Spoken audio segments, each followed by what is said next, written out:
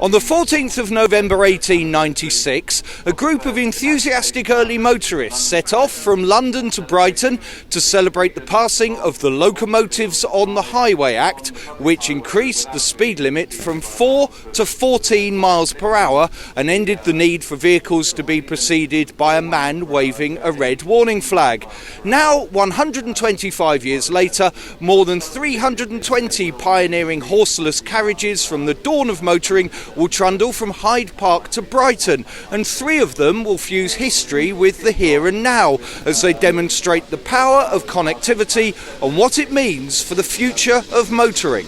The 1903 Daimler, 1901 Moors and 1900 Daimler were fitted with technology based on smartphones carrying bespoke apps which both shared their location with organisers and gave the vehicles navigation and in-vehicle route information such as roadworks, congestion and safety messages, thus becoming the world's oldest connected cars.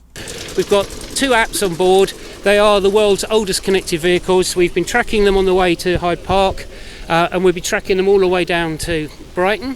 We've also been putting messages into the vehicle which are virtual signs. So for example on the way here it says keep left on the way into Hyde Park, and we'll also be able to get messages from the vehicles. And what this demonstrates is that you don't have to have a brand new vehicle to be connected. These are 121 years old and are slightly younger. They're not by no means the youngest vehicles here. There's steam over there, you could hear it, and here comes one now. And there's a whole variety of vehicles here that we could think about in the future of being connected vehicles. The drivers acknowledged the value of the technology. Well, obviously the route, although it remains largely the same, we've got split routes coming out of London, one over Westminster Bridge, one over Lambeth Bridge, and then it's all about following the route and also the team behind, Andy being able to track us, so seeing whether how we're progressing, have we gone off the route. We've got one phone which is giving us a route map so we can see where it is, and hopefully we'll also tie in with all the route signs and pop-up warnings saying prepare to turn right, prepare to turn left.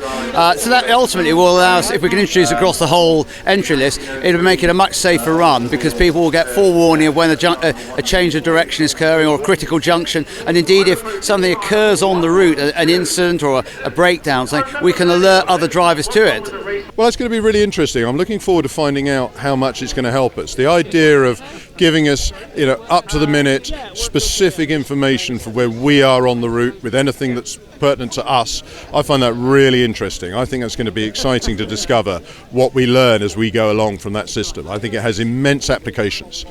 And by the time the drivers got a well-earned break halfway at Crawley and their cars got some running repairs, the value was being understood. My navigator's been advising. There was one little glitch around Coulston, so we did whatever the sat-nav user does and ignored the instructions. But other than that, it was proving very useful, actually very predictive. So you could actually see predict where the signs were going to be. So we're very pleased with it, very excited. New development for next year for more people. The value of the Pathfinder project was to iron out any issues ahead of a planned bigger rollout in the future. The Pathfinder was sponsored by the RAC Foundation with assistance from KL Systems, Eloy, Enterprise Rent-A-Car and the Transport Technology Forum.